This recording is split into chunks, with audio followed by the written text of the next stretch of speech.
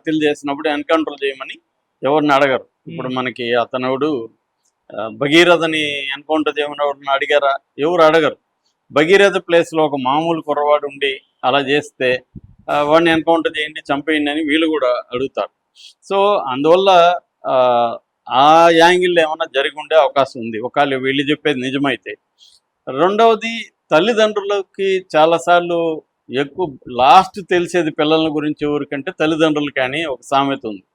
అంటే ఊరంతా తెలుస్తుంది వీడు వెధవ అని, తల్లిదండ్రులకు లాస్ట్లో తెలుస్తుంది అంత అయిపోయినాక. ఎందుకంటే వాళ్ళు కన్న ప్రేమ కావచ్చు, లేకపోతే కొడుకు మీద నమ్మకం కావచ్చు, వాళ్ళు నమ్మచ్చు వీడు చెప్పేదాన్ని. వాళ్ళ పిల్లలకు కూడా తల్లిదండ్రులను ఎలా నమ్మించాలో, ఎందుకంటే వీళ్ళు ఎడ్యుకేటెడ్ కాదు.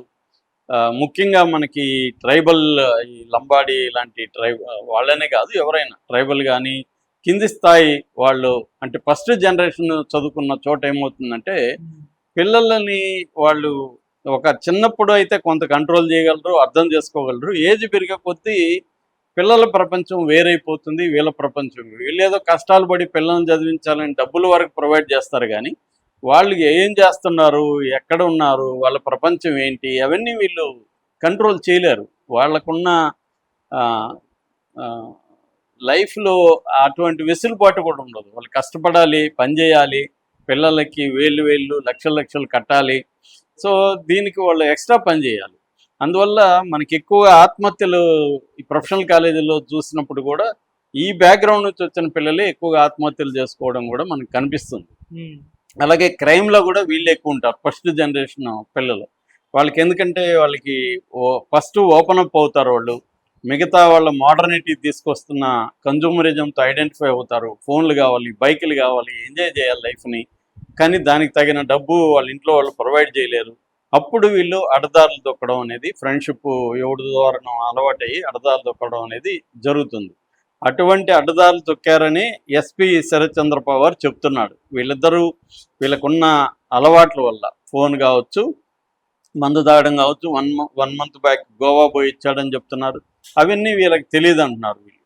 మరి వీళ్ళని తల్లిదండ్రులను ఏమార్చి ఈ కొడుకులు అలా మేనేజ్ చేశారా, లేకపోతే వీళ్ళు ఆరోపిస్తున్నట్టు ఆ ఇద్దరు అమాయకుల, వాళ్ళు అసలు దొంగతనానికి కూడా వెళ్ళలేదా, మరి ఆమెను ఎవరు చంపారు, ఇవన్నీ తేలాల్సి ఉంది. ఏదేమైనా పోలీసులు దీన్ని కోర్టులో తేలాల్సి ఉంది. ఇప్పుడు వీళ్ళ తరఫున లాయర్లను పెట్టుకొని వీళ్ళు ఫైట్ చేయాలి. వాళ్ళ పరిస్థితి చూస్తే చాలా కష్టాల్లో ఉన్నట్టుగానే ఉన్నారు. ఏదో కష్టపడి పిల్లల్ని పెంచాలని చెప్పి, వాళ్ళని బాగా చదివించాలని చెప్పి చేస్తున్నారు. వాళ్ళ అమ్మ అయితే ఆ ఇంటర్వ్యూలు ఏడుస్తూనే ఉంది ఫ్రమ్ ద బిగినింగ్. నాన్న కూడా బాధపడుతూనే చెప్తున్నాడు. సో ఏదేమైనా తల్లిదండ్రులు మాత్రం మా కొడుకు చేయలేదు అని ఒక్క అబ్బాయి వాళ్ళ తల్లిదండ్రులతోనే మాట్లాడారు. రెండో అబ్బాయి నిజానికి అది అతను చేయలేదు కూడా, అతను బయట ఉన్నాడు అంతే. అంటే ఈ అబ్బాయే యాక్టివ్ రోల్ ప్లే చేశాడు. ఈ ఫూల్ సింగ్ తండా అబ్బాయి, పిల్లియా తండా అబ్బాయి ఓన్లీ అక్కడ కాపలాలాగే వెనుకున్నాడు. అందుకే ఆ అబ్బాయికి వీడు తక్కువ డబ్బులు ఇచ్చాడు. సో ఈ అబ్బాయి 40,000 మాత్రమే ఇచ్చాడు అబ్బాయికి. సో అంటే పోలీసుల అంటే మనం పోలీసులు చెప్పేదంతా కూడా ఫైనల్ కాదు, అది కోర్టులో పోలీసులు కూడా ప్రూవ్ చేయాల్సి ఉంటుంది. ఆ ప్రూవ్ చేయడం కూడా ఇట్లాంటి కేసుల్లో డిఫికల్టే. కాకపోతే ఏంటంటే డబ్బులు వాళ్ళ దగ్గర దొరికాయి అంటున్నారు. అది దొరికాయి, వాళ్ళ దగ్గరే దొరికాయి అనేది ఏంటి అనేది కూడా రేపు కోర్టులో డిఫెన్స్ అడ్వకేట్ ఉంటే, మీరు వేరే నోట్లను వాళ్ళ దగ్గర పెట్టి ఉండొచ్చు కదా, వాళ్ళ దగ్గర దొరికాయి అనే దానికి ప్రూఫ్ ఏంటి, ఇవన్నీ కూడా రేపు వస్తాయన్నమాట మంచి లాయర్ని పెట్టుకుంటే. మరి వీళ్ళు ఈ కేసులో నిజంగా వీళ్ళు చేశారా, ఎందుకంటే చేశారనే అందరూ అయితే ప్రపంచం అంతా నమ్ముతుంది. స్కూల్లో కానీ అందరూ కూడా వాళ్ళు కన్ఫెస్ అయ్యారనేది కూడా పోలీసులు చెప్తున్నారు. పోలీసులు అయితే క్లియర్గా వీళ్ళిద్దరే చేశారు. ఈ ముఖ్యంగా ఈ ఫూల్ సింగ్ తడబ్బాయి ఆమెను పొడిచాడు, అది కూడా బాబు అనడం వల్ల చేశాడని. ఇప్పుడు ఆ డీటెయిల్ ఎవిడెన్స్లు అవన్నీ కూడా అక్కడ నిరూపించాల్సి అయితే ఉంటుంది. ఇలాంటి కేసుల్లో కొంత నిరూపించడం అయితే డిఫికల్ట్ థింగే, ఎందుకంటే ఐ విట్నెస్ లేదు, సీసీటీవీలు దగ్గరగా లేదు, ఎక్కడో రెడ్ షర్ట్ ఉంది, ఆ రెడ్ షర్ట్ ఇతనా కాదనే దానికి ఎలా నిరూపిస్తారు అనేది ఒక ఇంపార్టెంట్. పైగా రెడ్ షర్ట్ ఎక్కడో ఉంటే అతనికి హత్యతో ఏం సంబంధం అనేది కూడా వాదించవచ్చు.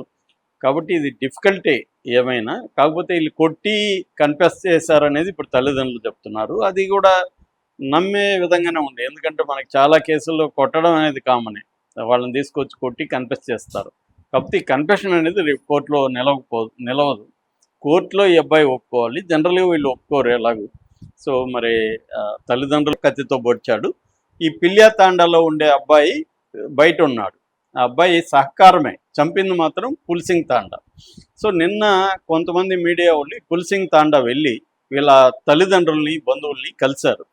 అసలు ఏంటి మీ అబ్బాయి పరిస్థితి ఏంటి, వీళ్ళు పోలీసులు ఆరోపిస్తున్నట్టుగా మీ అబ్బాయి ఈ హత్య జరిగిన తర్వాత ఎలా బిహేవ్ చేశాడు, బయటికి వెళ్ళాడా, ఫోన్ కొన్నాడా, ఎలా ఉన్నాడు, ఇవన్నీ అడిగారు. ఇప్పుడు తల్లిదండ్రులు చెప్పేదేమో క్వైట్ ఆపోజిట్గా ఉంది.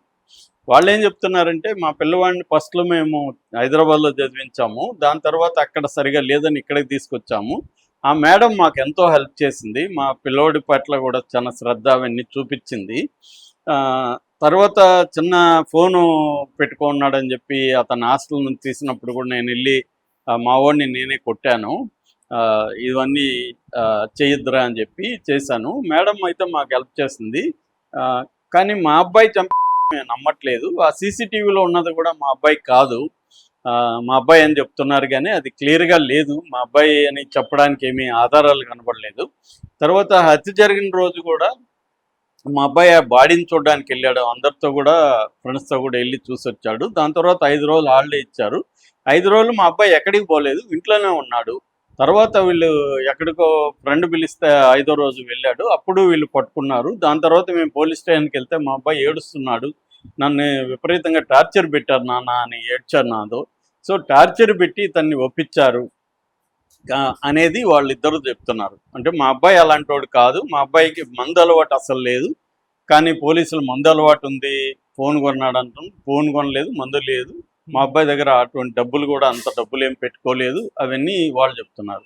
పోలీసులు ఏమో ఆల్రెడీ ఈ అబ్బాయి 2.5 లక్షలు తెచ్చాడు, అందులో 40,000 పిల్యాతాండా అబ్బాయికి ఇచ్చి మిగతా 2,10,000 ఇతను పెట్టుకున్నాడు, అందులో ఒక 60,000 పెట్టి ఐఫోన్ కొన్నాడు. దాని తర్వాత మిగతా డబ్బులు మేము అరెస్ట్ చేసినప్పుడు 1,50,000 దాకా 54,000 ఉనింది, అంతే, అవి రక్తపు నోట్లు అవన్నీ పోలీసులు చెప్తున్నారు. సో ఇక్కడ తల్లిదండ్రుల వెర్షన్ ఇప్పుడు క్వైట్ కాంట్రాస్ట్గా ఉంది. అయితే దీంట్లో 2 రకాలు ఉండే అవకాశం ఉంది. ఒకటి, పోలీసులు ఈ కేసును ముగించాలని చెప్పి అసలు నిందితుల్ని కాపాడడానికి వీళ్ళని పట్టుకొని వీళ్ళ మీద కేసు మోపారా, ఎందుకంటే ఇవి మనం మోపారా లేదని మనం ఆరోపించట్లేదు, ఆ ఆప్షన్ ఏమైనా ఉందా, తల్లిదండ్రుల మాటలో అలాంటి ధోరణే కనబడుతుంది. అంటే నా కొడుకు మంచివాడు కానీ పోలీసులు టార్చర్ చేసి నా కొడుకుని చేశారు, టార్చర్ ఎందుకు చేశారని. మామూలుగానే మనం అనేకసార్లు చెప్పుకుంటాము, ప్రతి క్రైమ్లో కూడా పోలీసులు జనరల్గా కొట్టడం అనేది చేస్తారు క్రైమ్ ఒప్పించడం కోసం. సో ఎందుకంటే ఇన్వెస్టిగేషన్లో మామూలుగా అయితే కొట్టే హక్కు పోలీసులకి లేదు, వాళ్ళు ప్రశ్నించవచ్చు కానీ కొట్టే హక్కు ఎవరికి లేదు, పోలీసులకి అస్సలు లేదు. కానీ సాధారణమైన కుటుంబాల నుంచి వచ్చిన వాళ్ళని కొడతారు, రిచ్ పీపుల్ని కొట్టరు. మళ్ళీ పోలీసులు జనం కూడా కొట్టమని డిమాండ్ చేయరు, జనం కూడా ఎవరిని డిమాండ్ చేస్తారు, వీళ్ళని ఇప్పుడు ఎన్కౌంటర్ చేయాలని అంటున్నారు. అదే పెద్ద స్థాయి వాళ్ళు హత్యలు చేసినప్పుడు ఎన్కౌంటర్ చేయమని ఎవరిని అడగరు. ఇప్పుడు మనకి అతనుడు భగీరథని ఎన్కౌంటర్ చేయమని ఎవరిని అడిగారా, ఎవరు అడగరు. భగీరథ ప్లేస్లో ఒక మామూలు కుర్రవాడు ఉండి అలా చేస్తే వాడిని ఎన్కౌంటర్ చేయండి, చంపేయండి అని వీళ్ళు కూడా అడుగుతారు. సో